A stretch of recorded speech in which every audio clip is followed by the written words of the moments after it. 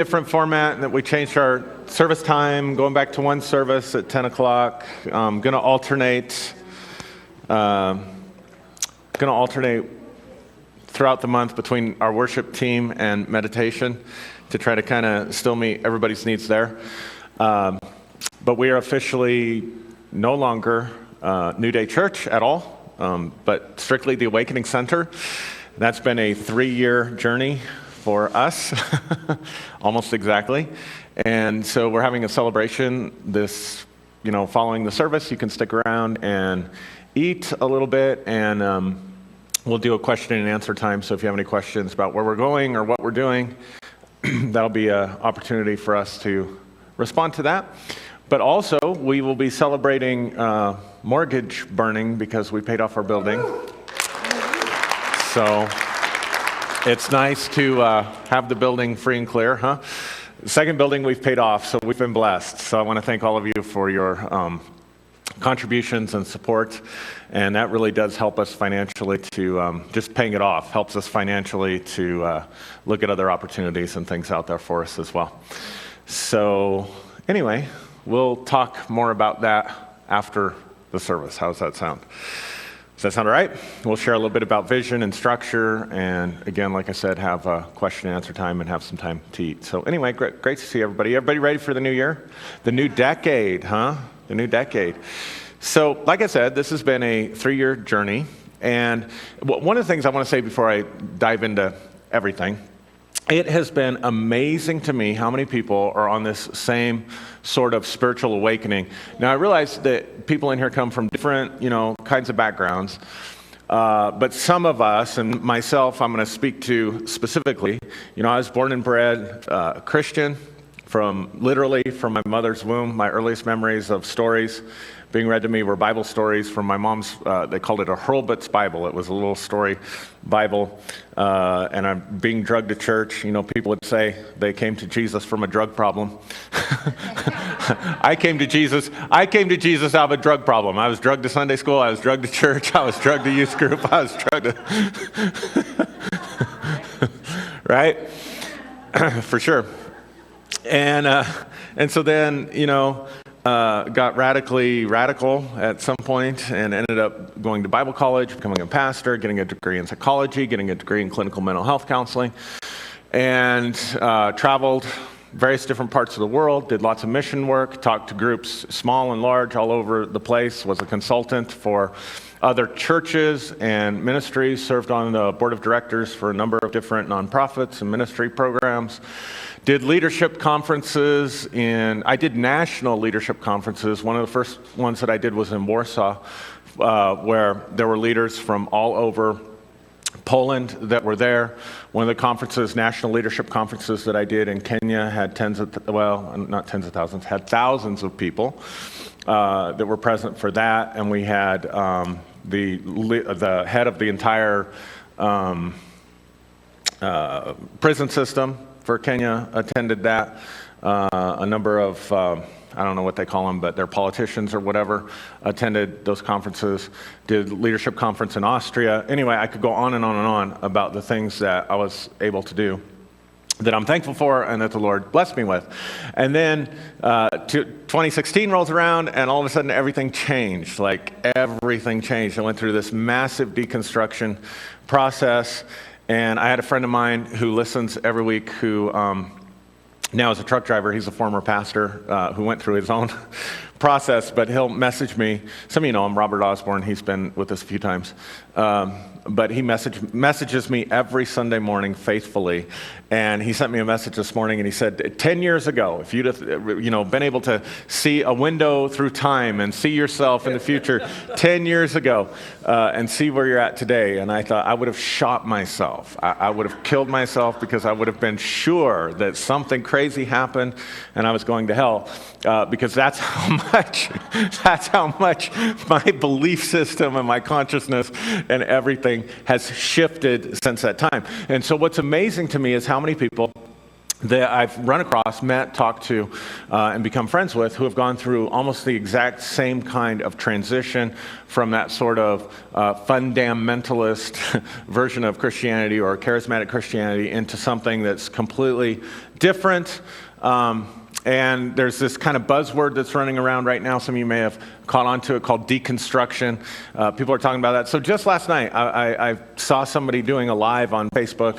Not anybody I know, but I went into it for a little bit, and same thing. Born and bred into the church, pastor, been in ministry for a long time, and going through using the term deconstruction and experiencing many of the same things.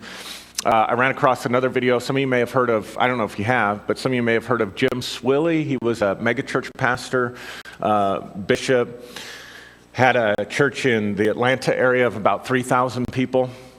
Went through a similar process a few years ago. I think it started for him in about 2014. And he let go of his megachurch, and now he's doing something similar to what we're doing. I went and looked at what he's doing. Very, very similar, talking about energy work, talking about doing meditation, still doing worship. I thought, wow, here's somebody who's, doing something similar. And I just happened to listen to one of his, I think it was a podcast, because I was just curious to hear a little bit about his journey. And he said that someone had given him a prophetic word before all this process started, that he would do something that had never been done before. And I thought what the person that was giving him that word meant was there won't be a pattern for it. There won't be something you can look at to say, here's how it's done. You're going to do something that nobody's ever done before. And I was looking at what he was doing, and I was saying that's what we're doing. And so it's not, so it's happening all over the world, really. And so we have an opportunity to be a part of something that is very, very cutting edge, and I think can be very helpful to people and very powerful for people, but I don't know exactly what it's going to look like. So we'll keep that in mind when we're doing question and answer. But I'm so glad that you all are here. I'm so glad that you all are part of it and supporting it, and I think that together we can do something really incredible. So having said that, let's talk about New Year's. Let's talk about the New Year. So just in reflecting back, if I can kind of go with that same kind of attitude and in the spirit of that, I used to set myself apart and seek prophetic words. And if you come from the charismatic world at all, now I don't know about other spiritual traditions, but in Charismania, we always had a prophetic word for the new year, right? There was always something God was doing, and if it could rhyme, that was even better. Some of you that go ways back, because through the teens, it's kind of hard to keep rhyming, right? But but there was always a theme, like God is doing this, and and it was always anyway. I could go on and on about that. So that was the first thing. There was a theme, and I'll come back to that in a minute. And then the other thing was that I would do is I would set myself apart, and I would seek God for some kind of sense of what was going to happen in the new year, what was going to happen in the future. And usually I would give some kind of prophetic declaration over the year, whatever, and particularly in presidential elections. I would seek God, for the presidential elections. And when I would do that, I don't think that there was ever a time that I missed it, that I didn't get accurately what happened. In fact, in 2008, I told people that there would be a stock market crash somewhere around the end of September and the beginning of October, and that would, and at this time, everybody's thinking Hillary Clinton was going to be the candidate, and that would open up or create a momentum for Barack Obama to become president. And so I used to do that kind of stuff, right? And then I was thinking about it, and I thought, how silly. I said, that whole thing is ridiculous, because here's the thing. We're going to find out who the president is going to be sometime in November. Who cares if you know ahead of time or not? In fact, knowing ahead of time, all it does is piss people off and create division. And if it Because if you stand up and say, this guy or this person or this woman or whoever is going to be president, then the people that don't support that person are going to be mad. And that's exactly what happened. The people that didn't want to see Barack Obama get elected in 08, oh my God, I became the Antichrist. And we've got to pray. And so-and-so prophesied this. Well, I don't know. This is what I saw. And then it just becomes divided. And for what? What good does it do to know ahead of time? It does you absolutely no good. You know what? The year's going to unfold the way the year's going to unfold, and you'll find out when the rest of us find out. Right? Now, and then there's these guys, and I think they're prophet-liars. I think they're prophet-liars, but I can think of one in particular that he was so accurate or whatever. The FBI was meeting, and that's what these guys would say. The FBI was wanting to get with them, or the CIA or whatever. And I thought, what a crock. Because what most people probably don't know is that the CIA cultivated their own psychic warriors under Project Stargate. They got their own stuff. They're not just going finding some random crazy Christian and trying to what? And you say, well, and then I'm thinking, if you're going to get a prophetic word, it ought to pertain to something you could do something about. And let's just say hypothetically, how come someone did get a prophetic word about 9/11? Well, as a matter of fact, someone did. Yeah. Matter of fact, someone did. Went to the authorities, went to anybody and everybody that they could think of to try to prevent that tragedy. And you know what happened? Nobody listened to him. You know what else happened? You know what happened after it happened? They went looking for him. Not because of his great prophetic psychic ability, not seeking him out, oh, can you tell us when the next one is? No, they thought he was involved.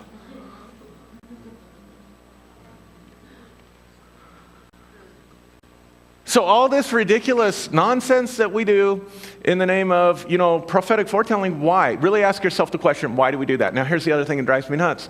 Because, prophets would stand up and tell us, this year is going to be about, fill in the blank, increase. Or it's going to, God can't multitask. First of all, God is on our timetable to begin with. Right. Yeah. He just can't wait for December 31st. I figure God takes some time between December 25th and December 31st and thinks, how can I make a rhyme? How can I make it catchy? How can I market it? Really? Right. God can multitask. Right? He can do more than one thing at a time. And guess what? He can work with groups and with individuals. Right? It's great if somebody stands up and says, okay, the Lord showed me, and it was always breakthrough, this is going to be a year of breakthrough, and a lot of those years of breakthrough were my years of breakdown. What happened? Anybody relate to that? And so they say, well, this is going to be the year of financial increase. Well, that's great unless you need healing. Then you want to go find the guy that's declaring this is going to be the year of better health. And I think some of this comes from us, and here's the point that I'm trying to get at. I think some of this comes because we have this idea that somehow the future is set in stone. That somehow the future is prearranged, it's preset, whether it's set by God or it's set by the universe or it's set by the stars or it's set by whatever kind of sowing and reaping, whatever you sowed last year, you're going to reap this year, whatever the case may be. But we have this idea that the future is somehow fixed, and if we can somehow peer into that fixed reality, right? If we can, or find out what's going on or whatever, then somehow we can get in step with it. I'm not sure exactly what we think. But I want to invite you to think about the possibility that the future is open. That the future is open-ended. That there are any myriad of potential possibilities and outcomes for you in your life in 2020. That it's not set because God said, oh, this is going to be the year of whatever. Or it's not even set astrologically because it's the year of the whatever. Jupiter went retrograde or something. Oh my God.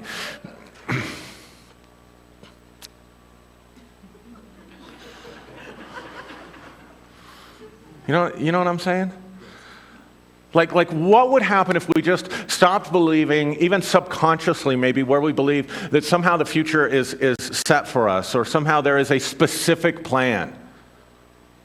What about that? What about, I got to find the will of the Lord, or I've got to find the plan, or I've got to find what is my purpose? What is my identity? I mean, this is one of the things that you see in counseling a lot. I want to find out who I am. And you might be 19 or 45. It seems like those are the two time spans, at least in a man's life, when they're trying to figure out who he is. Ask that question at 19, who am I? And then, for whatever reason, we wake up in our 40s and start asking that question all over again. Any guys relate to that? You don't have to raise your hand. Maybe it just happened to me. I don't know. But anyway.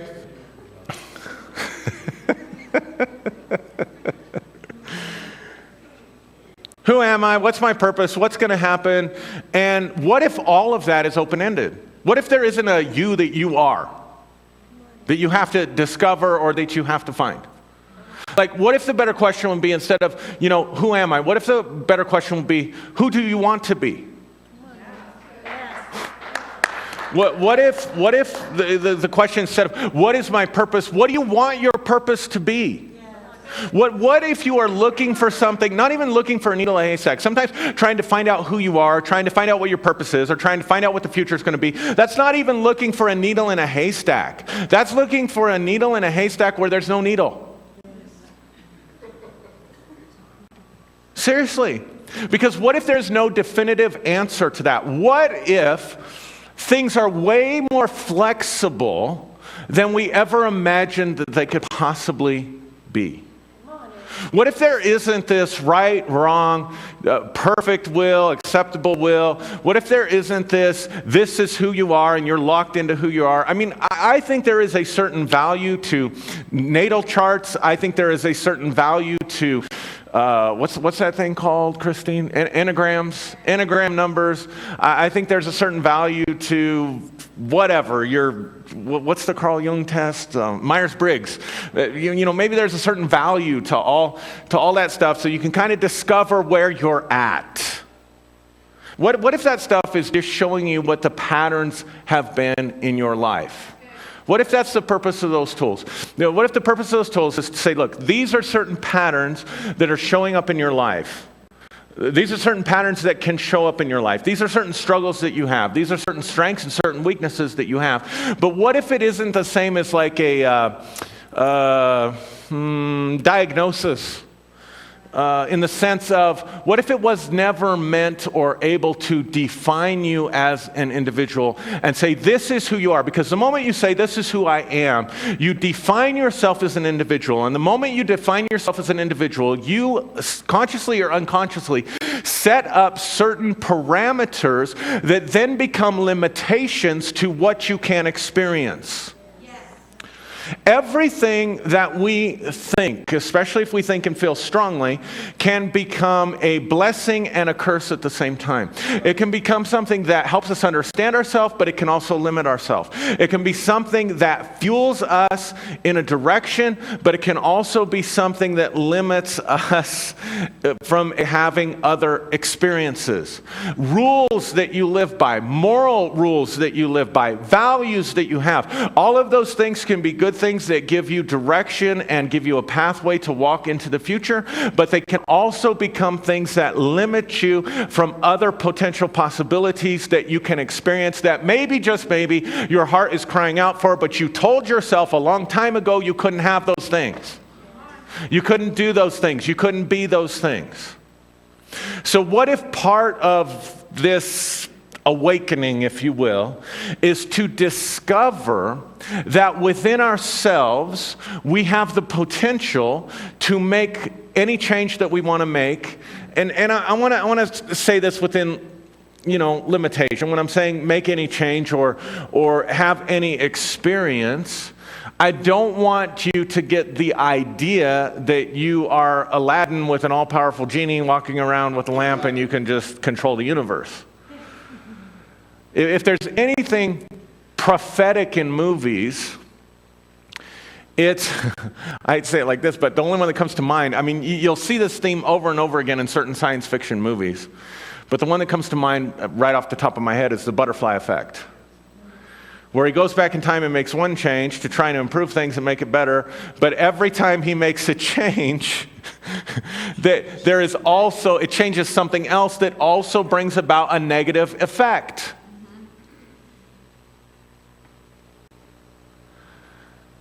So sometimes limitations to your ability to make change is a good thing, because sometimes what you think you want to change only creates more mess for you down the road. And that's why it's really good sometimes to not reflect on things from a positive, negative, or good or evil perspective. Because when you make a change, there's always going to be a new challenge.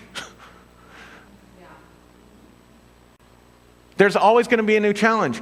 We think we want this change in ourselves. We think we want to experience this new thing. And the moment we make the change in ourselves, and the moment we make the change to go experience the new thing, guess what? It creates and presents for us a whole different set of circumstances and challenges that we were completely unprepared for.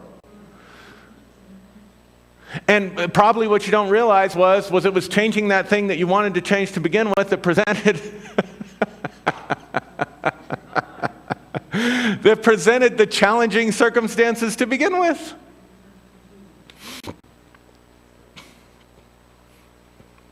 Have you ever found yourself conforming to other people's opinions? Yes. Have you ever found yourself living your life trying because it's important to you to please other people? How much of yourself do you compromise to maintain a good relationship? Just ask yourself that question. How much of yourself do you compromise to maintain a good relationship or good relationships?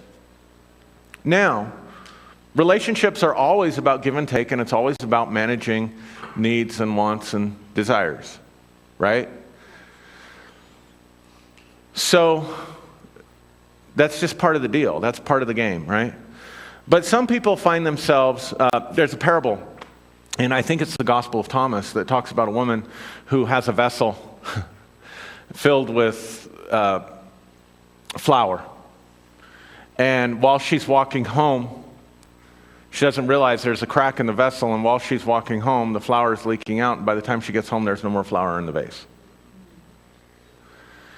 And sometimes we can give up so much of ourselves, little by little by little by little by little by little, to try to please other people or maintain good relationships or please our boss or whoever, whatever, right?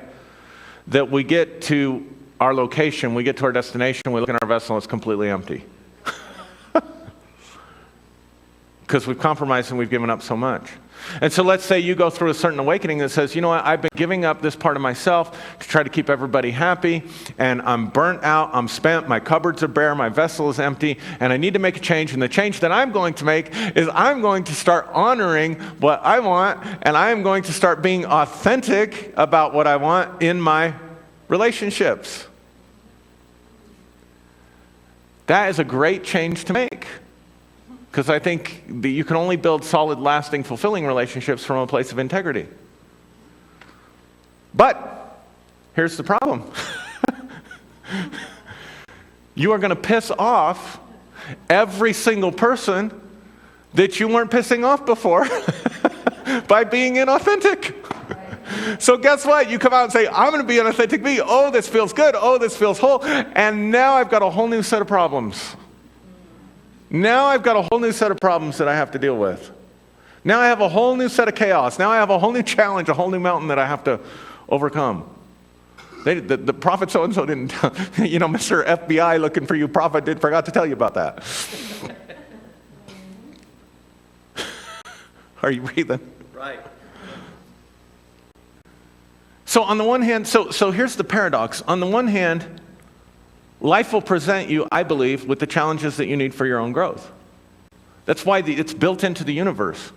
So when you make one change, a new set of challenges come to you, and because you're changing, because you haven't been this way before, you can be completely thrown back by those challenges, by those challenging circumstances that come back, completely thrown back.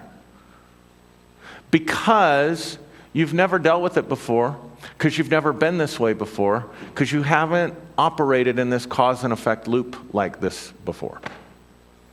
And so you say, oh, I feel completely ill-equipped. I don't know how to handle this. And so this is where the tension begins. Come on. Between Do you really want this? Or are you going to go back? And so here's the one thing. I was reflecting back on a conversation I had with a person, a spiritual practitioner, who offers just a 13-day, 14-day program to help you realize how much baloney you've believed. Yeah, she says people will get about 3 days into it and they'll quit. And I thought, 3 days? Like, my God, what is this, you know? And I thought, do I want to do this? No, hell no. If people are quitting in 3 days, I don't want to do this to myself. But we were talking about this, you know, like certain things you have to go all in or don't go in at all. Because there's nothing worse than than initiating a change in your life and getting to the chaotic part of it and quitting. Because you can never fully go back to the person that you were before. And you didn't pay the full price to press in to become the person that you were becoming. So here's what happens. You don't get the reward of the change because change takes time. Right. And you can't go back ever to the comfort of what was. And so what happens with a lot of people is they just end up in this sort of state of limbo because they weren't prepared to see the change all the way through. And then their life is just, they don't know where to go. They don't know what to do. They've lost their strength. They can't go back. They can't go forward. They're just forever stuck in like this. Transition is hell. And you can just get stuck there. So this isn't really where I thought the message would go this morning, because what I want to offer as just my little contribution for your New Year's thinking, because I think it is a great time. I think there's a sort of a collective group consciousness that says this is a good time to make change. This is a good time to think about the future. This is a good time to let go of the old and bring in the new, right? And I think that we can move with that momentum, and I think there's a power in that. So here's what I want to suggest. What about just giving yourself a fresh start? In somewhere in your life. Or giving someone else in your life a fresh start. How many of you ever played a video game?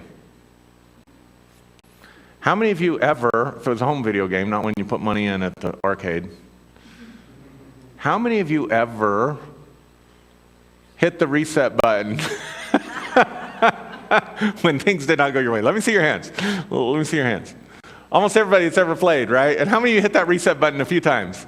And how many of you felt so good when it reset, you know? Like, oh, I got a fresh start, right? Now, life is not a video game. I realize that. And you can't just hit reset and change the landscape of your life.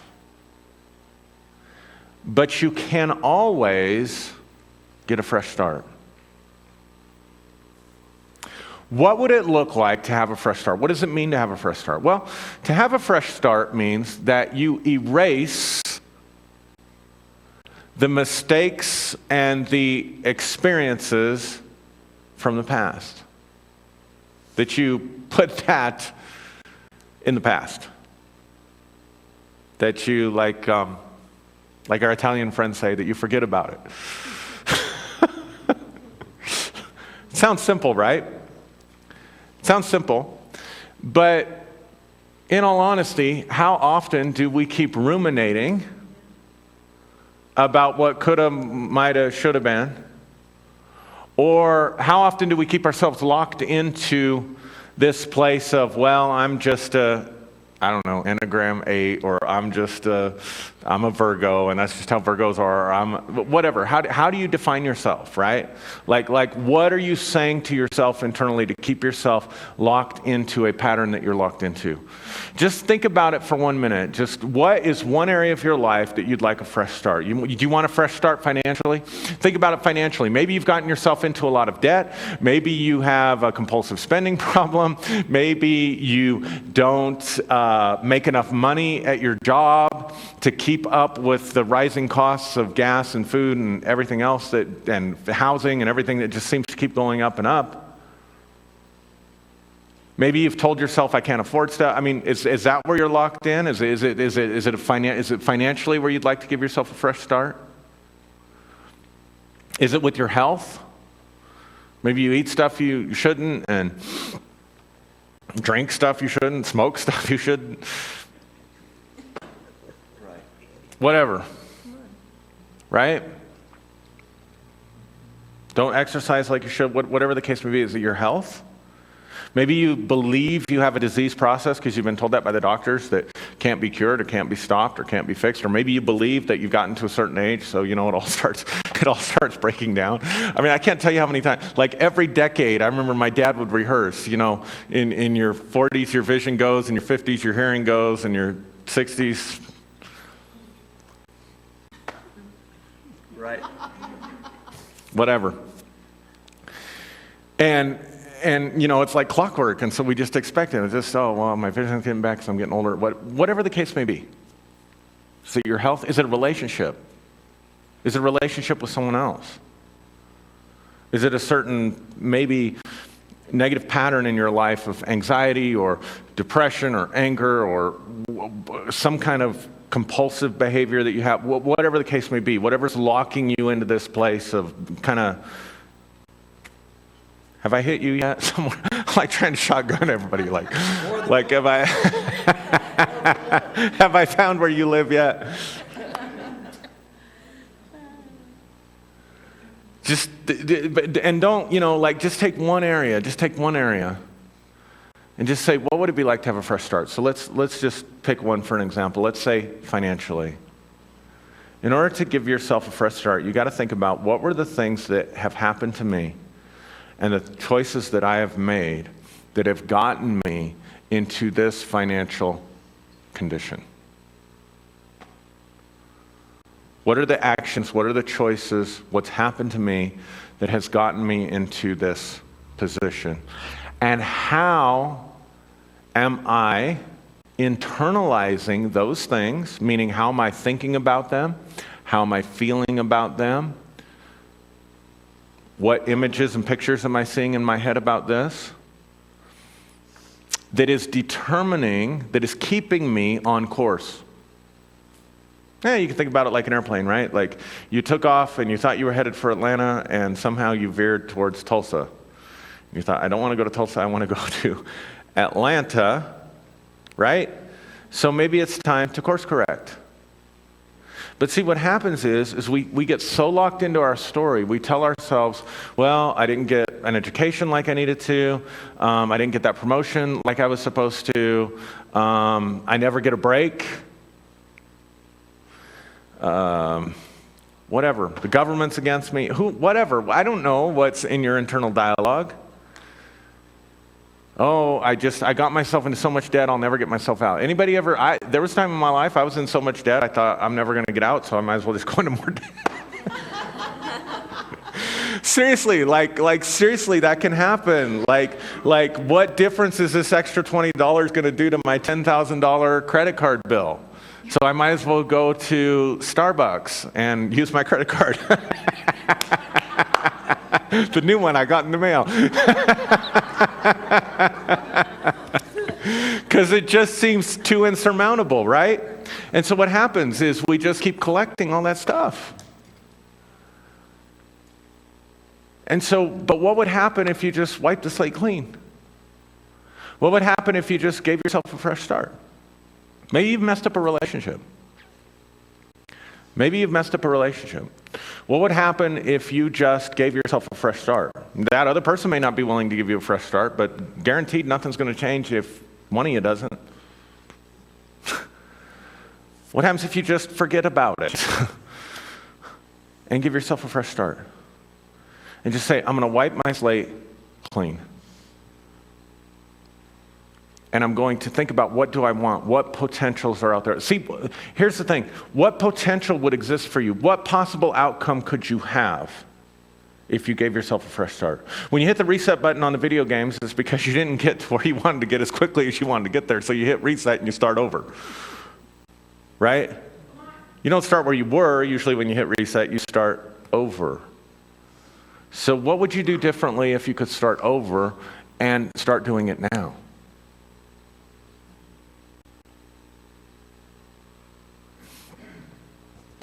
What about giving yourself a fresh start? What about if you just forgot about your flaws? Like, you got a knock on the head, and the only thing it made you forget was everything that was wrong with you. The only thing it made you forget was your past mistakes. The only thing it made you forget was your flaws. What would that be like? Why can't you access that state of consciousness? You can. You can. You really can. It's not that hard. A lot of it starts with your intention. I'm going to give myself a fresh start. What relationship needs a fresh start? What person? All right, so here's where maybe forgiveness comes in. Because forgiveness is a fresh start. That's really what we're talking about.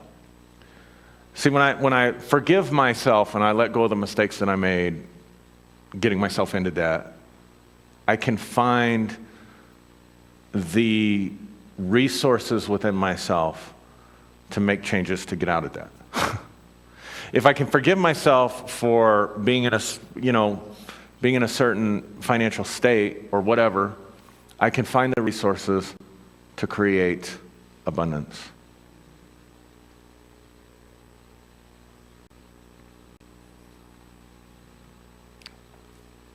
It's easier said than done sometimes. For everybody, it's different. Everybody's different. Some people can just let stuff go like water off a duck's back. I don't know how they do it. Other people, they know they should let go, they want to let go, and the emotional energy is stronger and just sticks around longer, and you're just a little bit more stubborn inside or something like that. Right? So it's not like we can say, here's how you forgive, because it's different for every person. But there's so much power in your intention to say, okay, I'm going to give a fresh start. Just that thought alone, just waking up every day and saying, I'm going to give myself a fresh start in this area. I'm going to give myself a fresh start about this. I'm going to give this other person a fresh start. That's what forgiveness is. I'm going to wipe the slate clean. Listen, we all make a mess of stuff. Sometimes our expectations are too high. Sometimes motivational messages and spiritual messages about how you can change your life and have what you want and law of attraction and all that stuff, all that does sometimes is create unrealistic, too high expectations that then, guess what? The unintended consequence of that is you become bitter because people aren't doing like they're supposed to, life's not doing like it's supposed to, you're not doing like you're supposed to. People mess up, people are selfish. Most of the time people do what they're doing because of them, not because of you. And somewhere along the way, you got to believe people are doing the best they can with what they have, and granted, some people don't have much. Some people are very green fruit on the tree of life. That's right. But that's where they're at, right? And demanding them to be ripe isn't going to help. And demanding them to act up to your standards is not going to help either, because it's denying reality, right?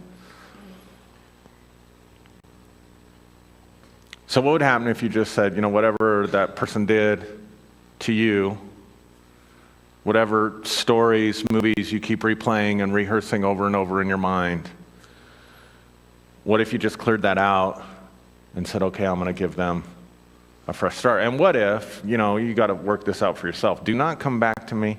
Do not. This is on you 100%.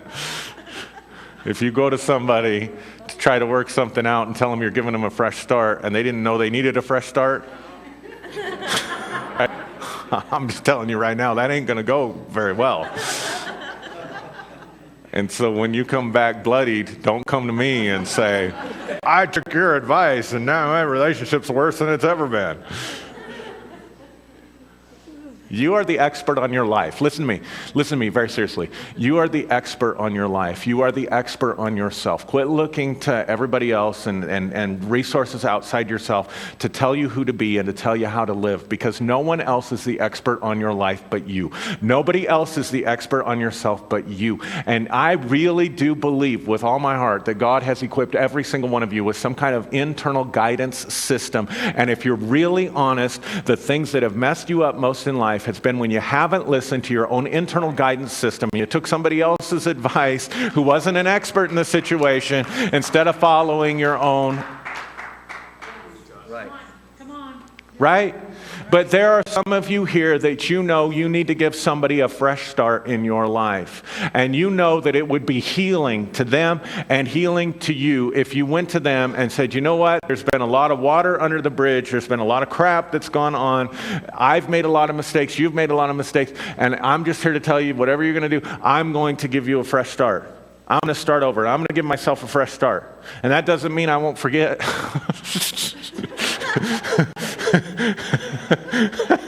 That I gave you a fresh start. And here's your, feel free to remind me card. That you can flip out.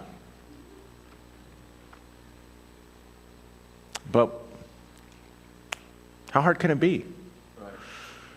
I mean, you can't really accomplish anything, change anything, if you don't give yourself a fresh start. So let me finish with this. So my son's amazing right now. Elijah, he just amazes me with the stuff he comes up with on his own, being the expert on his own life. He's had some really unique challenges. Ever since he was little, he's had a problem with fear. I remember when Dr. O was with us the first time, he just laid hands on Elijah. And I don't remember how old Elijah was. He was pretty young. And we're driving him home, and we get just a little bit away from the church, and he says, hey, Mommy, I'm not afraid anymore. And it's the first time we realized that he was living in a constant state of fear. And we've provided a good, safe home, so I'm not sure where, I have some ideas, but it's none of your business anyway where that comes from.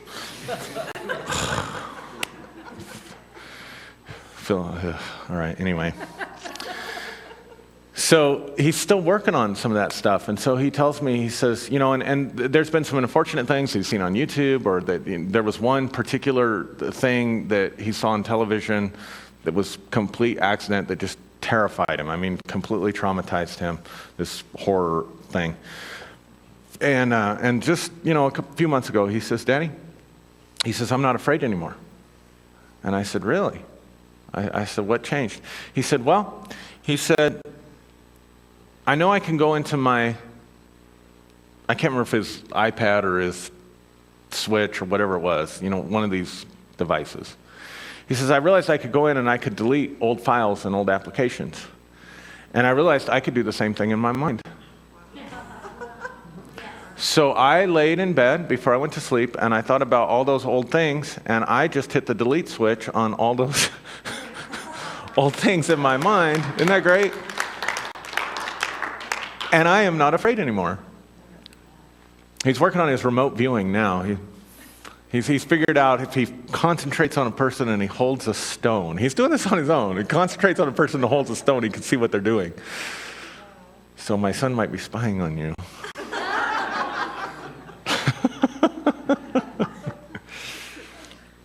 But think about that. Maybe it's just a matter of deleting some old files. Maybe it's just a matter of not telling yourself the same story, not replaying the same events, not letting yourself get stuck feeling the same emotions. If you haven't learned how to shift out of a state and into a more positive state, that's the most important skill that you can learn. That's right. Because when those feelings start coming and you can shift into a more positive state of mind, you can stop feeling that way. You can delete the old files. And maybe you don't need to reset your video game and give your life a whole new landscape from which to work. Maybe all you really need to do is give yourself a fresh start by going into your own mind and deleting some of the files that have been driving some of the programs that you've been living. That's good. Let's pray. Lord, thank you for your people today.